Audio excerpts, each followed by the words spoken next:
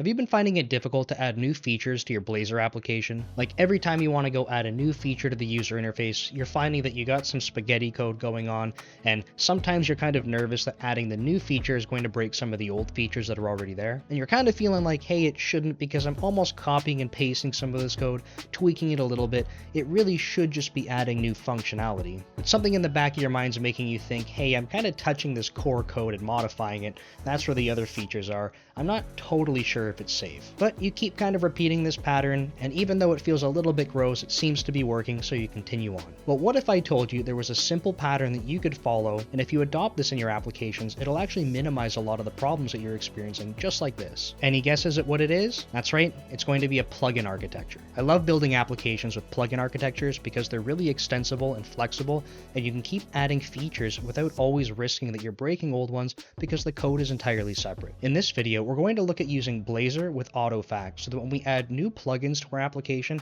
we can actually dynamically render HTML from the plugins right in the user interface. In a previous video, I showed how a lot of this is set up, so you can go and watch this one first and then come right back here to watch this one, and we can look at some enhancements. With that said, let's jump over to Visual Studio and check out some Blazor code. Alright, so in a previous video, I was showing how we can load plugins into Blazor using Autofac, and one of the classes I demonstrated was this plugin provider. In order to go make the plugins work today that I want to show you, instead of using this iPlugin API from the last video, I'm actually going to make iPlugin API 2. And I admit, I'm really bad with naming here, but I just wanted to add a new interface and not clobber the other one because I'm going to push this code up to GitHub so you can check it out there. Now, instead of copying and pasting this plugin provider, I actually just went ahead and made a generic one instead, and there's nothing really fancy about this. I just decided that for demo functionality, because this plugin provider is not really doing anything at all that's unique per plugin, all that I'm going to do is pass in a tPlugin API. And that way I can actually go replace the other one as well, but we just really have this generic one that we can go use. The difference is going to be that when we go to register these with Autofac, we can pass in a different type parameter for the plugin that we're interested in. So I mentioned that the plugins we're going to be using are going to be able to have raw HTML generated from the plugin, and we're going to be able to drop that right into the UI of our Blazor application. So if we go ahead and look at the new plugin that I've created, which in my Solution Explorer is HTML Fragment Plugin in a new project as well, we can see that this plugin has a method called getFragmentContentAsync, and my first dummy implementation that I have is just returning a div here, and it's styled to be this alert, and it has some text on it as well that says it's coming from a plugin. And you can see also that it's implementing iPlugin 2, which I mentioned, and iPlugin 2, the only thing that it has defined on it is going to be this method right here. So nothing overly special about this plugin. It's very similar to the last one that returned a string as well, and it was asynchronous. Of course, in this case, I'm just returning a task from result, so it's actually going to run synchronous, but you have the option to go make async code here. In this particular case, I wanted to explicitly call out that we're going to have HTML content that's going to go into a fragment. So we'll look at that in just a moment, and if you recall from the last video, I said that every plugin in this style that we have is going to use a module, so we also have a module for this plugin inside of the plugin library itself that's for registering the HTML fragment plugin. By the end of this video, I'm actually going to show you some reflection that can go register these for us, and we can actually go ahead and delete the modules from the plugin classes. This is just going to demonstrate that we don't actually have to leverage a whole module inside of a plugin if we don't want to go register it. However, if your plugin implementation actually wanted to leverage Autofac to do its own dependency injection, then of course your plugin could have its own modules. Okay, so we've had a brief look at what our plugin looks like, and we see the module that we have to go register it with Autofac, but how is this actually going to work in the application? Well, I made a plugins to Razor page, and it's very much like the other one we had, except the for loop that we had in the other one was actually iterating over the plugins to call a method on it.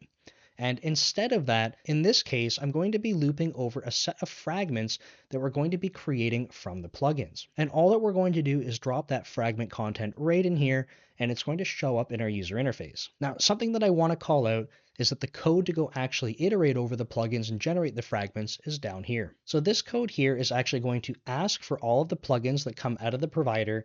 It's going to create a list and then populate that list by asking each plugin get fragment content async, and we'll await it, And then we're going to pass that into a fragment builder and use this code right here to go build that fragment. Leveraging this pattern allows us to have plugins that generate raw HTML content, and we can go drop that right inside of a fragment in our user interface. Now I've already built my project and dropped the DLL into the bin directory of Blazor plugin example, which is the main application. So when I go run this, we should go see this new plugin take effect in our user interface. All right, with our application launched, if we go to plugins 2, which will have the fragment stuff that we just looked at, when I click this, boom, we can see that there are 1 plugins, and no, I still haven't corrected this plural S here when we only have 1 from the first video, and I probably never will fix that. However, the plugin output that we have, we can actually see that we have an alert dropped right into here instead of just a list of items that we had generated from the original set of plugins. Now, this is super cool because now you can go ahead and create plugins that have raw HTML, and we can go ahead and populate different areas of the user interface just like this with raw HTML from those plugins. Okay, so you're probably looking at this and going, that's really cool because I can generate raw HTML, but what if I just wanted to drop in other user interface components that I've already made in Blazor? And you're right, we should be able to do that. And if you haven't figured it out from quickly looking at the code that we just saw, we can actually go ahead and move some code that we have in the core application out to be a responsibility of the plugins. If we change the API of the plugins to actually return that fragment instead of the HTML that goes into the fragment, we can actually push that responsibility out to the plugin itself. Now I wanted to pause here because this is actually an interesting decision that when you're building applications, you need to think about the responsibility of the plugin, because plugins give us so much flexibility and we can essentially go do whatever we want with plugins. We need to be able to create some boundaries. And it's not for me to say in your application what's a good and a bad boundary. I can't really tell you that. But when you're designing applications and you want to use plugins, these are things you're going to want to consider. In this case, what we're about to compare is, should plugins just generate raw HTML, and they can basically give us any HTML they want, and then we're going to go ahead and drop that into our user interface wrapped in a fragment? Or should we be able to communicate with our plugins by skipping raw HTML altogether and just letting them give us back a fragment that we'll go drop into the user interface? We could be even more picky and say that, look, plugins can't actually go generate any user interface components, but we can go define a DTO, so a data transfer object, and it might have properties and things on it, and we'll go use that DTO, you might call it a model, right? And we'll use that DTO or model and go populate our own view from the core application that we have full control over. And that way, you don't give any control to the plugin about what actual view is created on screen. That plugin just gives us information to the core application, and we, as the core application, are responsible for creating that view. In the latter case, that's a lot more locked down from the plugin perspective, right? You can only do so many things, like maybe you can define a body of text and a title for a simple control or something like that. And in the other extreme case, we're having just raw HTML that you could go drop in, and we're kind of trusting that the plugin itself is giving us valid HTML that's going to make sense. And that other sort of middle ground that's close to the HTML option was just giving us back a fragment that we could drop into the user interface. Now, there's a million different ways that you can do this, and like I said, I'm not going to tell you which one is right, but in this case, we're about to go modify the one we just looked at, and we're actually going to go add a third type of plugin into our application to support fragments. Let's go check that out. So essentially what we're going to do is go create a new plugin type. So we'll go make an iPlugin API 3, because I'm really bad at naming things, and that plugin API 3 is actually going to be responsible for giving us back a fragment. Specifically, what we'll have it do is give us back this RenderFragment class, so that API will change from getFragmentContentAsync, which is a string, so instead of a string, we'll actually have this RenderFragment class instead. So it's going to be really simple to start. We're just going to copy and paste some code and make a couple of tweaks. If we go into this iPlugin API class, you'll notice I've been a little bit lazy and I've just kind of copied and pasted iPlugin API 2. Now I'm going to go add 3 right below it. And what we want to do instead is make iPlugin API 3 actually be RenderFragment. So we'll change this whole method to be a task that returns a render fragment, and we'll give it a name, getRenderFragmentAsync. We'll give that a save, and then we have to think about how we go and register a plugin provider that can go return all of the iPlugin API 3 instances. Well, I didn't show you this in the core application, but where I did that was actually in this Autofac module, and To me, this actually makes sense inside of the core application because we want to be able to say, from the perspective of the core application, which plugins should this thing know about? More specifically, what types of plugins actually make sense to load into our application? So I'm going to go add iPlugin API 3 right here. You'll notice I left in the original plugin provider that was just iPlugin API, and it can be replaced by this generic one. I've just left it in for historical purposes, but this will actually go allow us to go resolve all plugin API 3 instances. Now, we haven't gone and made any implementations of iPlugin API 3, so this generic plugin provider currently won't give us any instances back. And we'll get to that in just a moment. But we have to go think about the third spot in our code to go change to be able to support this new page. So you'll notice under Pages in my Solution Explorer, I have Plugins 1, Plugins 2. We will need a Plugins 3 for the new page we're about to go add. And I'm going to go show you where I had to go make this available in the navigation. So if I go to Nav menu, this part right here is where the Plugins 1 and Plugins 2 menu items are. So I can go copy and paste this to go make sure that it's enabled for Plugins 3. And we'll change the name to Plugins 3 as well. And there we go. We just copy and paste our way to extend our application. Wait a second. Something seems a little bit fishy about doing this. We're talking about plugins, and specifically we're talking about plugins that can go extend our Blazor user interfaces. And we just talked about generating raw HTML from plugins, and now we're talking about render fragments from plugins. And here I am copying and pasting code to go extend the user interface with more view pieces. If you haven't caught on already, this is the perfect opportunity to be using plugins in an application. Now, I must admit that when I was first putting the original example together, and then the second one, and now this third one that I'm doing as I create the video, I absolutely was not planning to have the user interface itself, for demonstration purposes, be plugin enabled, because I was so hyper focused on showing you the plugins that go into the demo. But this code that we're touching, everything that I've just been navigating through and showing you, hey, I go update this to go add a new type of plugin, I go update that now.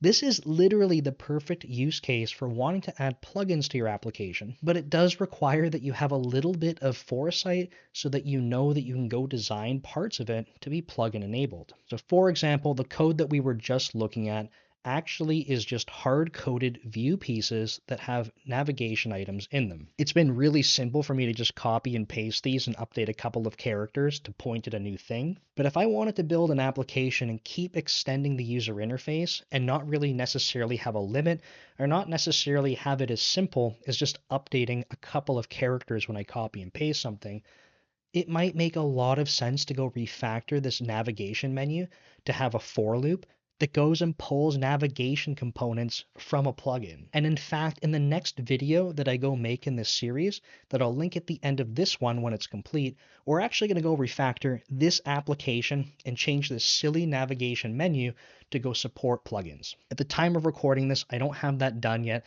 but it felt really silly to step through that code, talk to you about plugins, and then realize, I probably should have done that for this very application. So hang tight, let's finish this example, and like I said, when the next video is done, I'll link it at the end of this one so that you can go see that right after. And because of the timing of all this, if you think this is interesting, I highly recommend you subscribe to the channel.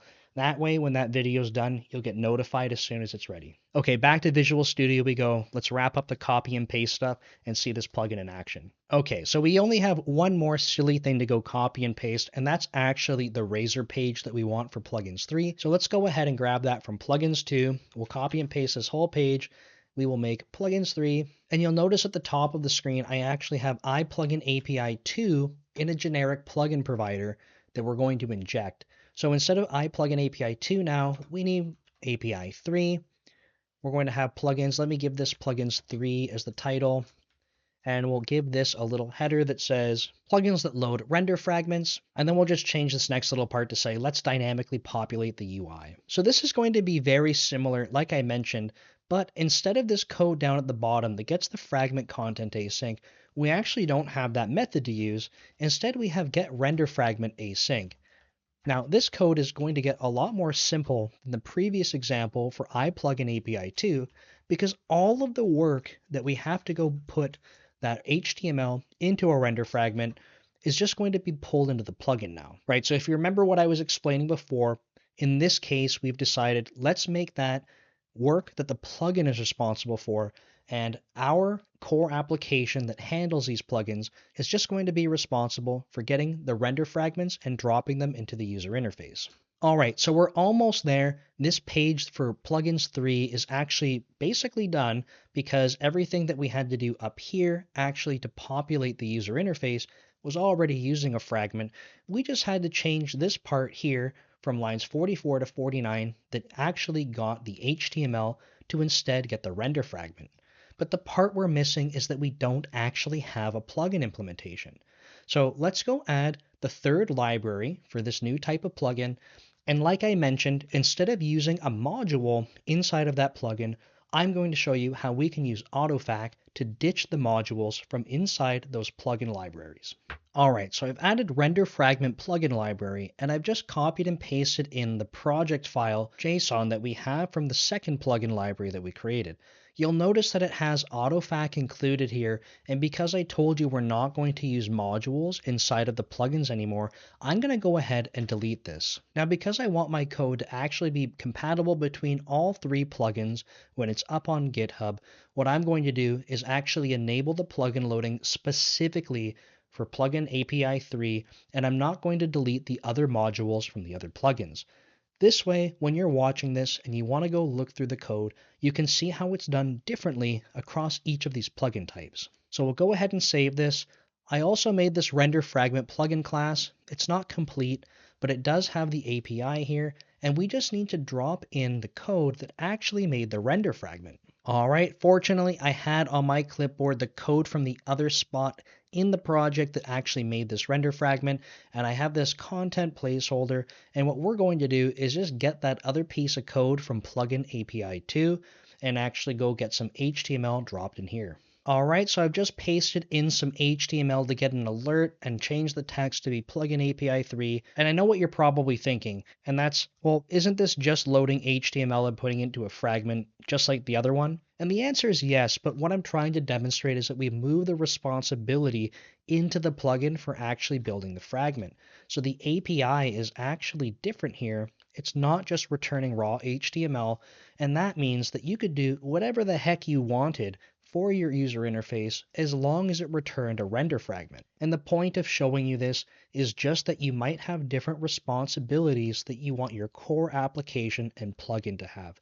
There's not necessarily any rocket surgery going on here, nothing super fancy compared to this plugin versus the last one. I just wanted to show you moving responsibilities. The cool part though is the reflection that I'm about to dive into right now. All right, so I'm back in the core application in the Autofac module that's there, and this is where we have the plugin providers registered. I'm still going to keep this part the exact same, but you'll recall that I did not make a module in Autofac inside of the third plugin library, so we need a way that's going to be able to load that into our core application. And of course, as I went to go type this out and explain it in the video, I typed one key and Copilot basically completed the entire thing for me. Almost, so let me explain it and then we'll fix it up just a little bit. So we have this for each loop that's going to look through and find all the DLLs in our base directory. I'm just going to tweak this a little bit to actually have plugin in the name. And the whole point of kind of showing you something like this is just that we want to be able to filter on the DLLs from somewhere, and in your own application that might be a plugin folder or something else. You might want to have different filters that you apply. I'm just using a plugin anywhere in the name filter and ending in DLL. For us, we're only looking in this top level directory, so really just the DLLs in our bin folder. The next thing we do is load that assembly from the file, and again, in your own application that's production ready, you probably want to do some error handling around this. You either want it to do something like gracefully catch the error and continue on, log it, whatever, or you might need it to blow up if the application cannot run without that plugin. Next is where the reflection part actually comes into play. And I admit that when I first looked at this code, I actually thought that there was a mistake here because this where method I thought was a link enumerable extension, but it's actually built into Autofac and it does what we might expect as it reads. I just thought that it was a mistake. So register assembly types on the assembly that we just loaded, this where extension actually allows us to do what you might think and filter on the things that we want to include, but I thought that this might just be based on the return type. So it is part of the builder pattern, which is super awesome. I'm glad that they incorporated this, and I actually just learned this as I was making this video, because otherwise I would have grabbed the types from the assembly and registered them individually myself. The part that's not totally right in this filter is that we can't just have iPlugin API 3 as the type. Said another way, this statement is insufficient just on its own. There's two more things we have to check for. First, we have to make sure that we're not talking about an abstract class, and the second part is that we actually have to make sure that this is a class. The reason that both of these are important is that because if we have an abstract class, we actually don't want to register that because it's not going to be useful for us in Autofac. The other part with this is class is that if we had another interface that was defined inside of this assembly that inherited from iPlugin API 3, I don't know what you might want to do with that, but you're totally allowed to. And if you did that, we wouldn't want to register that. So the three conditions we need are that the type that we're looking at is actually implementing iPlugin API 3. It's not an abstract class, and it is just a normal class. From there, in my application, I'm just going to say that I want to register them as the interfaces, which will be iPlugin API 3, and then we're going to make each one of them single instance. This code here is the Autofac and reflection combination that will allow us to load plugins dynamically by registering them on behalf of the plugin itself. And that means that each plugin does not need to have a module. It does not even need to know about Autofac unless you want it to, and we can still register those types and dynamically load them.